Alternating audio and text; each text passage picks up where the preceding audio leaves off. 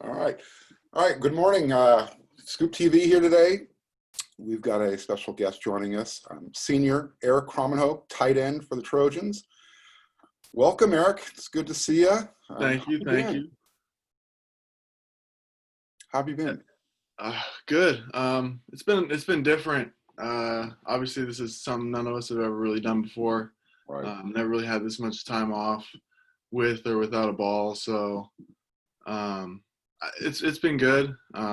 I've enjoyed being home and seeing my family and being able to just do some things that I haven't been able to in the last 3 or 4 years. But miss my friends, miss my team, all that. So ready to get back. But it's been nice to take some positives out of this negative.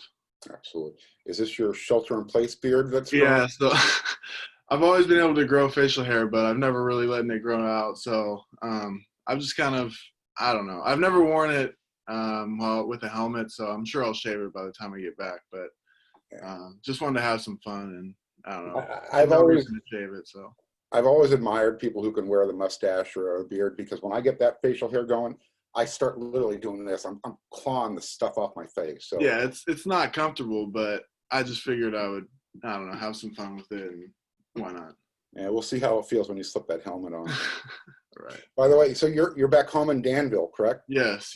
I've been home the whole time. I've just been here. I have some friends. Elijah lives about 30 minutes away, so I've seen him. But other than that, haven't been doing much. Just been here, hanging out with my family, and just yeah.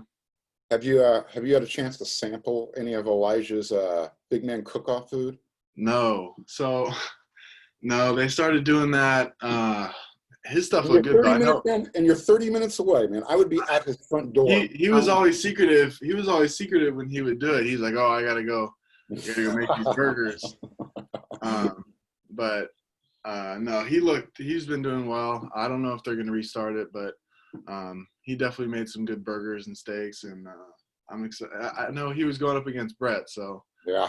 those are my two roommates. So they were joking with each other, so I was excited to see it. But obviously, if they let it go back on, we'll see. So you already know. You eat well then. You've seen them do this before. Yeah. So I lived with them two in Austin. I've lived with them since I got there my freshman year. So Okay. yeah, no, they eat a lot. They're ginormous people.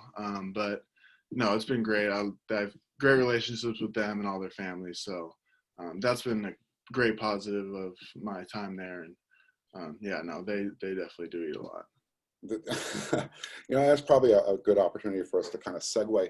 You're a senior now, and you've been with the program. You mentioned some of the guys you've been around with.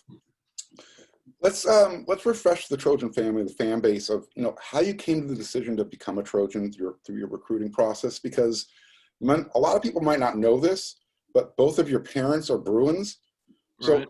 How did that happen? And I'd love to be a fly on the wall during Thanksgiving when that conversation is going on. So yeah, I grew up. I guess you go all the way back to. I grew up a UCLA fan probably until I was 15 or 16. I had UCLA bedding. I had funny story. Up until about 2 weeks ago, there was I had UCLA tape, blue and yellow tape all around my room, and I ripped it off when I was, I don't know, probably a freshman in high school. But there was yellow residue on the walls up until 2 weeks ago when we painted over it. So yeah, both my parents went to UCLA.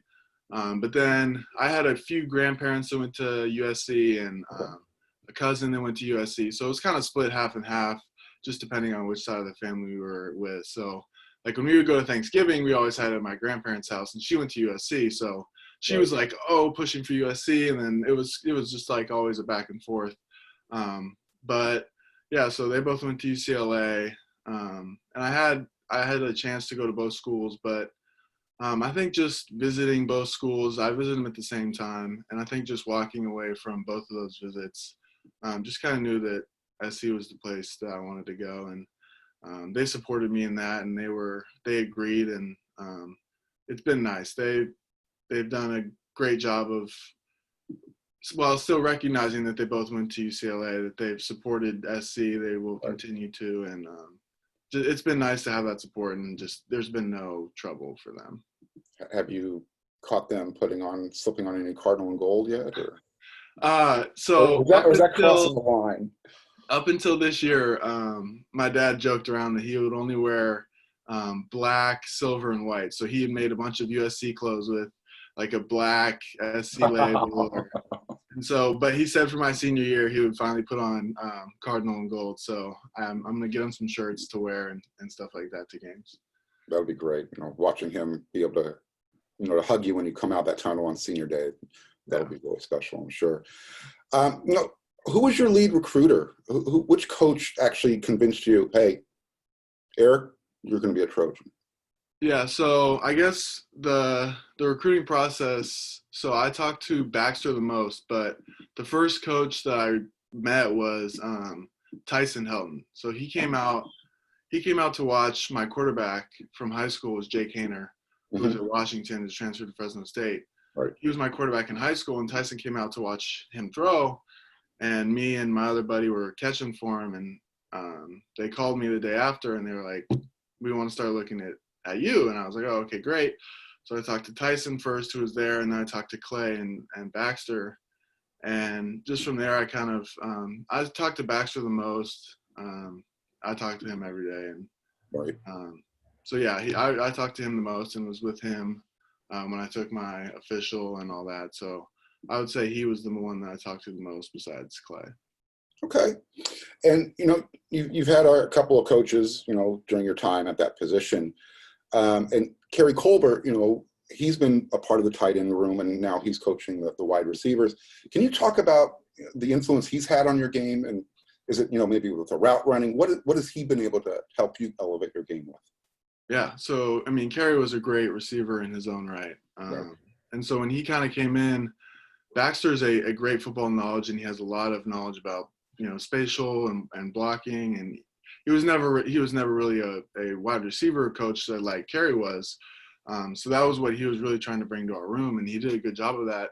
Even though we didn't quite have the year that we wanted to, I think developmentally he helped us just in technique and preparation and looking for things that could help us, improve our routes, whether depth or steps or just looking at different things. Right. So that helped a lot, and I think hopefully we can start to see that translate. I agree. All right. So now I'm going to start making these questions a little bit more difficult. No, Yeah. Not really. But, I want to continue on the coaching line here. So now your new tight end coach is John David Baker. Right. Coach Baker, he was a, quality control assistant, and he was kind of, Coach Harrell's right-hand man. He was always up there in the booth with him. So as being a part of the tight end group, obviously last year you guys didn't play a huge role, at least with the pass catching. But does this give you a little bit more confidence, knowing that John David has such intimate knowledge of how this offense works, and he and Coach Harrell seem to always be on the same page? Does that lend you more confidence that maybe the tight end will be more of an integral role in the passing game this year? Right. I think you said it. I think it's just his knowledge of the offense. And I think that's just a big thing is the offense is it's not hard, but it's very detailed, and it's, there's little parts to it that you might not understand if you haven't been around it a lot. So I think that's one of the best parts about him is he's been around it so long. He knows what Graham wants. He knows when, and he knows the quarterback's reads. He knows where they're going first, second, third. So there's a lot of stuff that he can tell us that a lot of other people can't. And I think him being so close with Graham has helped us, and I think just his knowledge of the offense and being able to and playing quarterback too. So he knows what the quarterback sees and where that we need to be to have the best option to get the ball. So that's been definitely one big positive from having somebody who has been with Graham for so long and has that knowledge of the system. Right. And you just touched on something, they both played the quarterback position. Also interesting, they're both from Texas. As a group, do the tight ends, when you guys are together, do you kind of chuckle when you listen to the other guys talk with their Texas drawl at all? Are there any? Yeah, I mean, they make a bunch of like Team Texas jokes because there's I was gonna say, which one of them is the bigger Texas guy? Oh man, I don't know. Grant, they kind of. So I'm from NorCal, and so they kind of group NorCal with.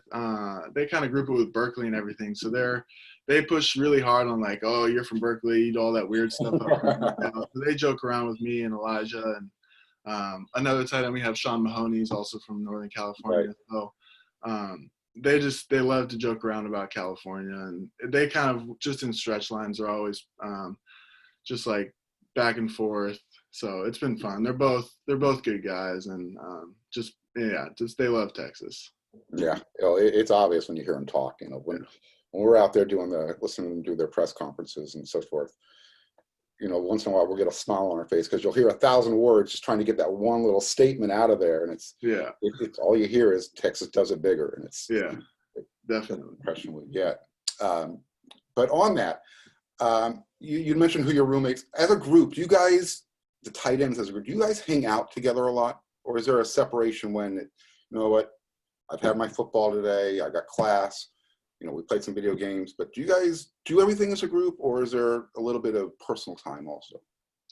I think both. And I think that's kind of what's unique about tight ends is like, there's so many different position groups that we're like associated with. And so sometimes we're with the receivers, sometimes we're with the linemen, sometimes we're with each other. So, exactly. I mean, I've been roommates with Josh on every trip we've gone on. So I've spent countless amounts of time with him inside and outside of football. We hang out all the time. And Jude was Keaton's roommate, I think last summer. So I spent a lot of time with Jude and Keaton. Me and Brett were down the hall from them. So I spent a lot of time getting to know Jude and Keaton when they were just, 5 seconds away. So them two I've spent a lot of time with. And then Scott Voigt, who's one of the walk-ons, was Brett's Sigma Chi fraternity brother. Okay. Who actually helped before his tryout, just learning. He had never played football before, so I was helping him like learn routes, what a stick route was, all this kind of stuff. So I knew him prior to when he was joining the team. I was just kind of helping him learn football, really. And so just them I've hung out with a lot. And Daniel I've known for a while. Obviously, him coming back is great, and we're getting to see him more often. He was in and out for the last couple of years, but I spent a lot of time with him too. So we spent a lot of time in and out, just kind of on and off, good relationships with everybody. But I've loved getting to know our group. Yeah.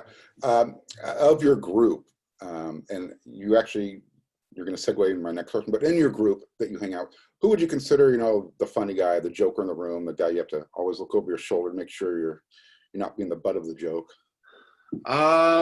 I would say, or is it you? I would say me and Jude throw out the most jokes. Jude has some good moments. He definitely likes a jokester. But I think that just comes, and Josh is good. Like, I don't know. I definitely, because I feel like I know everybody pretty well. Right. I like to throw out jokes every once in a while, but and I think being the older guy, it's easier to like try to make everyone feel comfortable. So I would say me and Jude and sometimes Josh. And that's exactly where I wanted to go with this. I remember last year around this time, you had made the comment, that you were one of the older guys in the room. And now that geriatric ward is, getting bigger. Joining you've got Daniel Imatorbebe came back, and Josh Follow also. Right. So when you guys are together, when you're looking at each other and you're thinking, you know what, this is our last go around. What are some of those goals that you guys talk about as a group? How you're going to take this offense to that next level? Yeah, I think last year, like, especially with Daniel coming back now, we just had Jude was kind of floating on his red shirt whether or not he was going to do that. He was like 3 or 4 games towards the end of the year. Right. And Josh had some injury issues, and I think we knew we had the potential, but we weren't really whether like for one reason or another, it wasn't really working out. So I think with Daniel coming back, Jude being free, Josh being healthy, and then me also being healthy, I had to, I don't know, sit out a half or something. But Right. I think how we can just take the offense to the next level is the two tight end sets that we didn't really get to do last year, Right. that I think we're capable of, and can help us exploit some mismatches that we might not be able to get with receivers on linebackers. And Right.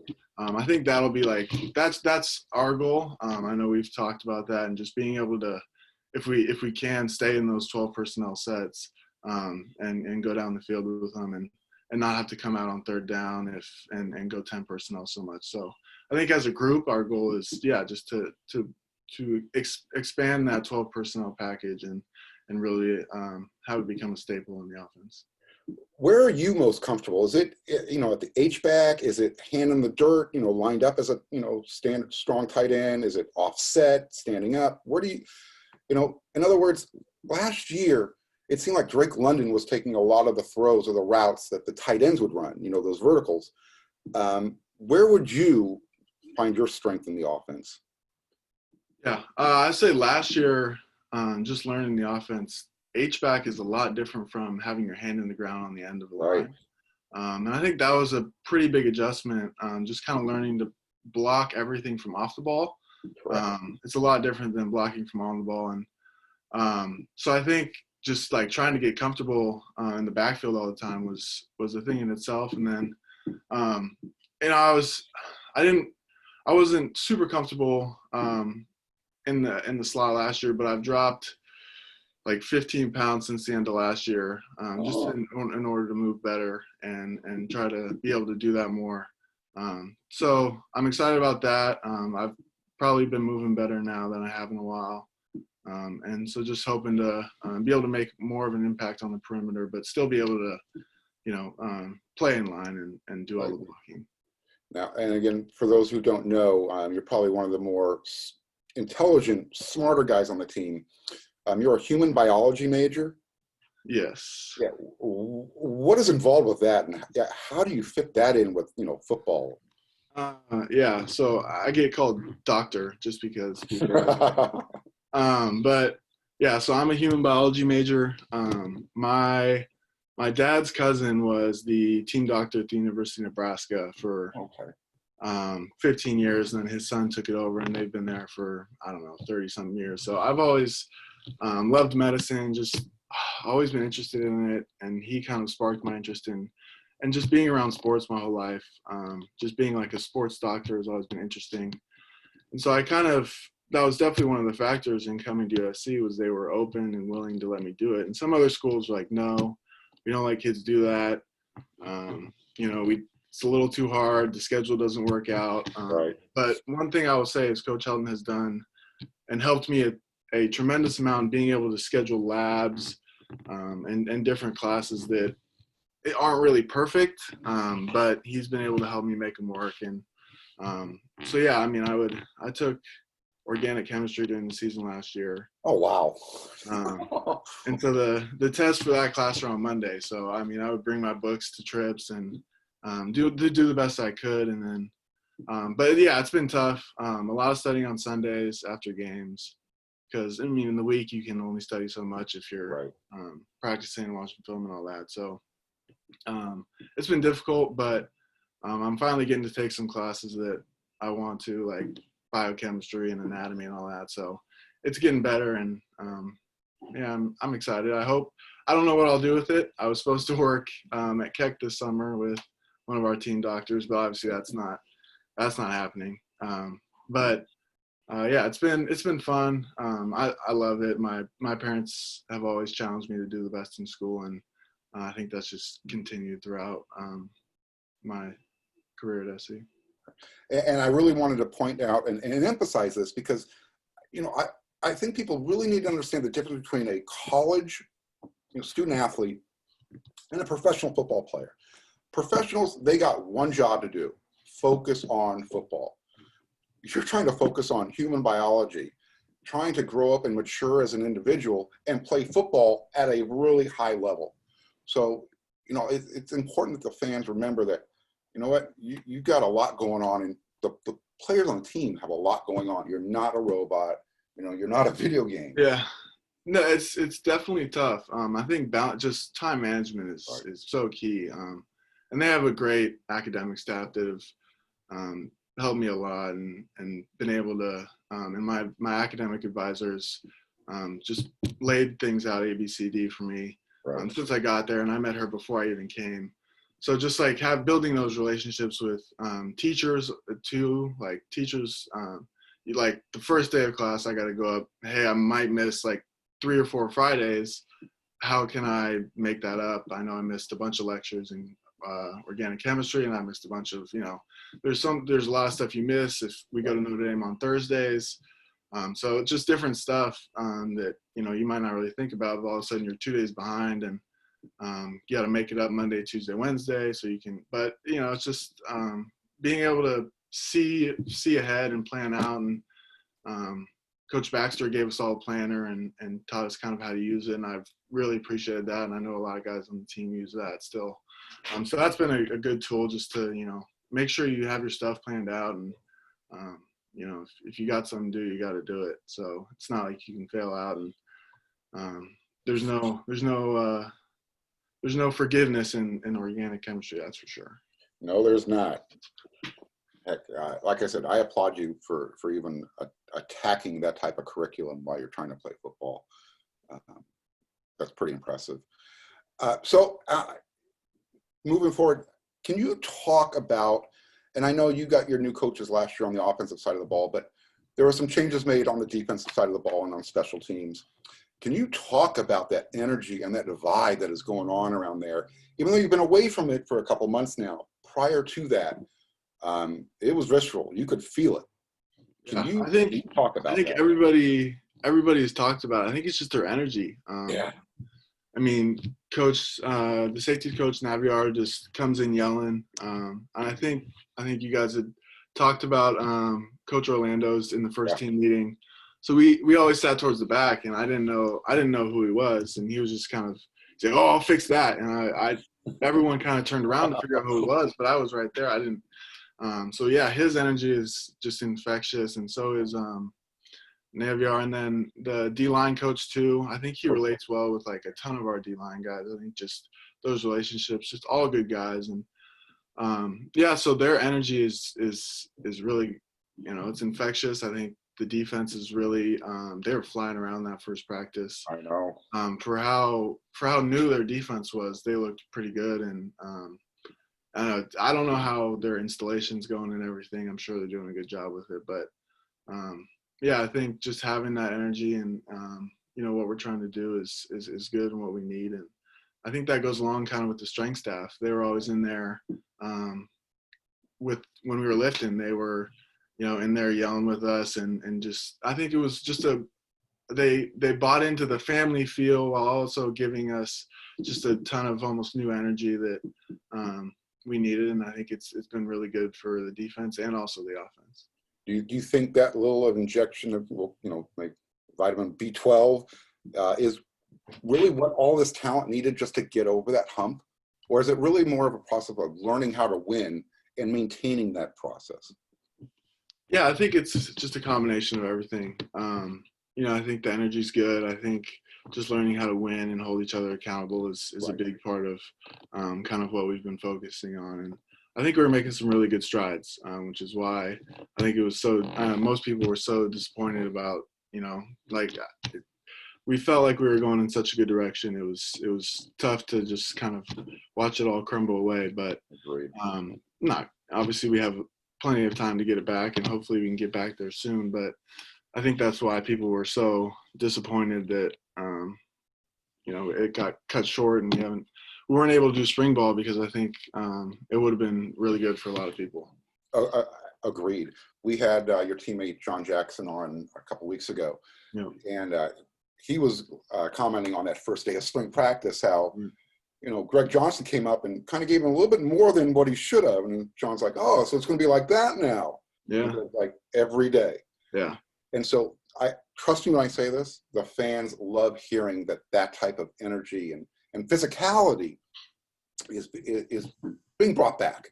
So Yeah, and I I know think you miss that camaraderie. I can feel it. Greg and Talanoa and Yeah, EA and Drake and all those guys on defense. I mean, they're super talented in the secondary. I mean, the DBs always like to chatter, but yeah, no, just that energy that's being like pushed from the coaches. I mean, we right. had, you know, we had great DB coaches before that, but I think just and also I didn't even talk about the cornerback coach that Dante.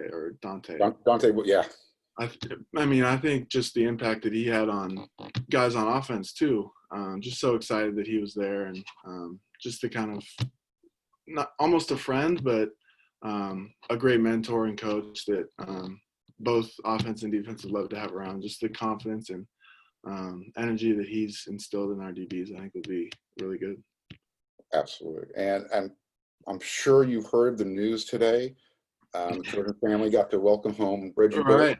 Yes. Talk about that. The impact that he is going to have on that program just by being able to associate again. Yeah. I mean, I think you can see it in the picture in your background. Yes, you can.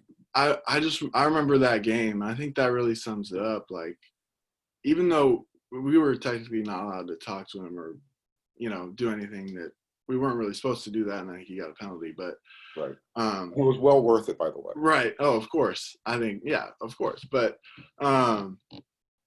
just how much he means to, as you can see, Marquise, all the running backs, and then just people who grew up watching SC. Like you just associate USC with Reggie Bush, and I think just how much people respected how much he did, how good he was, and how it got almost taken away. Like, it just didn't feel right, and to have him back on campus and calling the game, I think there was just like an energy in the locker room, on the field, that was like that I hadn't really seen before, and just like to be able to welcome him back, and after 10 long years of not being around, I think it'll be good. I'm sure he'll I don't know obviously what his plans are, but I'm sure we'll see him at some point, and yeah, just the impact that he's had on guys growing up and coming to SC. I think it'll be great for him to come back and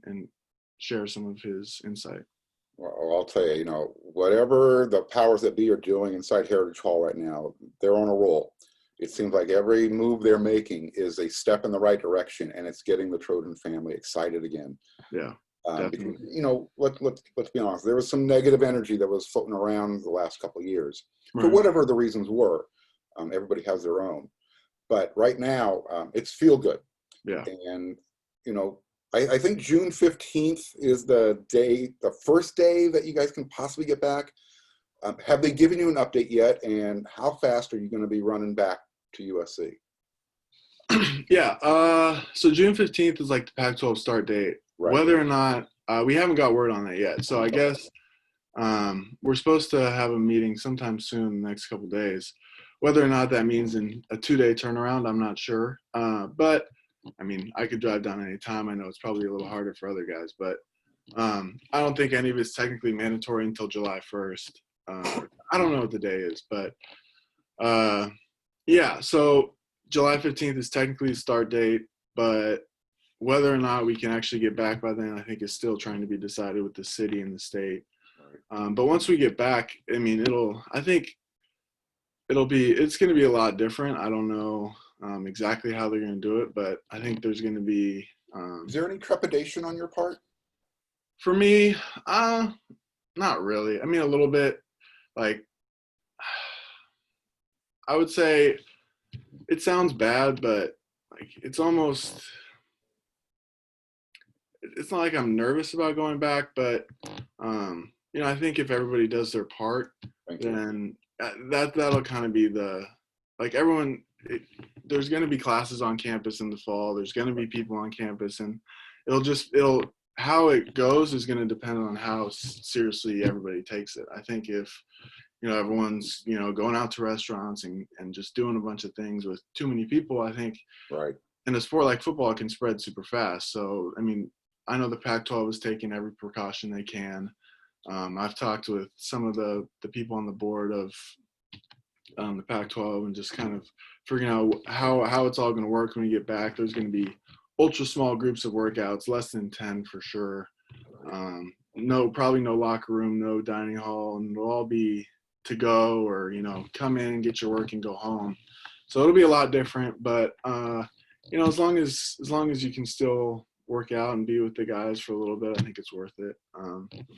And I'm sure we'll have masks on and everything, but I mean, hopefully by the season it calms down a little bit. But I mean, it's going to be like that for everybody. I mean, people are going to have to do the same thing going back to work and different things. So we're just doing our part, and hopefully it calms down a little bit. Yeah, absolutely. I guess one of the last things I want to talk to you about, and if you're not comfortable with it, just say, I'd like to move on, and we will. You made a comment, obviously we're well aware of what's going on in the streets, the protesting and so forth. But one of the comments you made after you had your team meeting was how proud you were of your teammates and the maturity level. I don't want you to talk about what was discussed, but can you just put that into context on where that came from? Yeah. I think, it's tough. I mean, there's so much going on, and it's terrible. And I think just being able to have a space to open up. I mean, there's 18 to 22-year-old kids, and just a lot of emotions going on, and to have a space where Coach Helton just says, it was probably 2 hours long or something. It was probably, I don't know how long it was, but I think it was about 2 hours of just kids talking back and forth, throwing ideas out there, throwing their feelings, their emotions. And I think there's 130 people from, recruiting to coaches to all these kids on there. And I think just to be able to share your emotions, share your thoughts. And I think just being somebody like me who, will never be able to understand or know what it's like to go through something like that. And just the honesty that some of the kids shared. And I just thought it was really cool and wanted to express that. And I thought we had a great discussion in the team meeting, and just kind of felt like that was a good way to recap it. But we've had a few discussions about it since, and just being able to be open and honest. And I think that'll be super important coming back. I mean, now we've been gone for 3 months. I think just having those team discussions and being able to, build those relationships back up with each other and get back into the swing of things, and just those honest conversations are going to be so important for our chemistry and unity going forward this season. So I thought it was a great step in the right direction, and just wanted to share that. I agree. I've had the opportunity to coach high school basketball in the past, so I can understand where you're coming from. Those bonding moments are special, and it's hard to put them into words. But reflecting back and watching what you guys have been saying and taking action, there's times where it's brought a tear to my eyes. So the Trojan family really does appreciate you and the older guys on the team, helping out the younger guys, bringing them up and reminding them what it is to be a Trojan, and that we're a family. And I think just being an older guy and wanting to say something and kind of bring everybody together. I think a lot of kids can be nervous, Right. especially being a white guy from Northern California, and it's nerve-wracking to say the wrong thing, and you want to be so respectful, and it's hard to sometimes speak up because you don't want to speak up and say something wrong because you have no idea, and you're just trying to learn and help and understand. So I think it was just important for me to say something to the team and everything, and be able to voice how much we want to help, but also that we need some guidance in how they want us to, how we can help. So I think that was kind of the most important thing for me, and what I took away from it. I agree. I've always come from the school of thought, we can choose our words as carefully as possible. The intentions are right, but let's be judged by the actions in our heart.